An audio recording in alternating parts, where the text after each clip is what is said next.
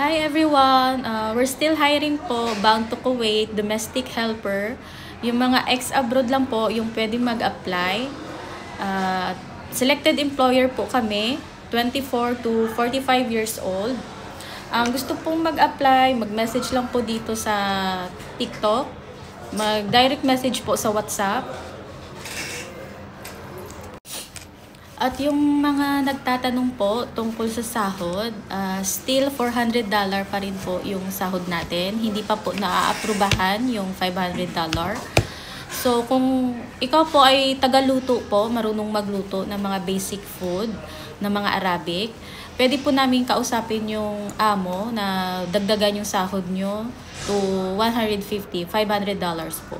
So kung willing po kayo mag-apply, mag-direct message lang po kayo dito at pag-usapan po natin. Thank you po. Hello guys, good evening. So hiring pa din po tayo ng domestic workers bound to Kuwait, 24 to 45 years old.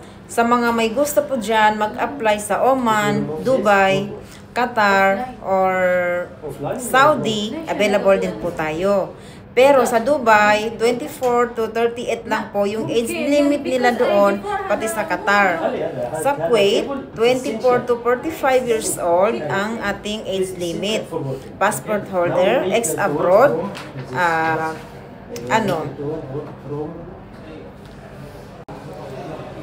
At serious lang po guys ha.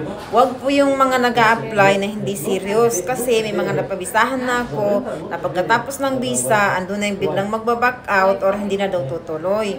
Mas mabuti po yung sabihin natin ng maaga kung tutuloy tayo or hindi. Okay? Kasi sa amin talaga guys, mabilisan po ang pag-visa. Dahil yung mga amo na nagpapahanap, nire-reserve po namin yan na okay, madam, wait lang. Okay, kasi hanapan kita. So mostly guys, sa ating employers is selected po sila. Okay? Selected po sila at may mga VIP customers din po tayo. Kasi hanggat maaari, iniiwasan natin magbigay sa mga hindi natin kilala. Yung mga naghahanap naman po ng kasama dyan, huwag niyo po bigla-biglang ibibigay yung number ko sa mga amo niyo at bigla-bigla po silang tatawag sa akin. Ang gagawin niyo guys, i-inform niyo muna ako na tatawag yung amo ko, ito ang number niya para mabigyan ko siya ng tao. Dahil ako po ay hindi nagbibigay sa mga amo na hindi ko kilala. So, ganun.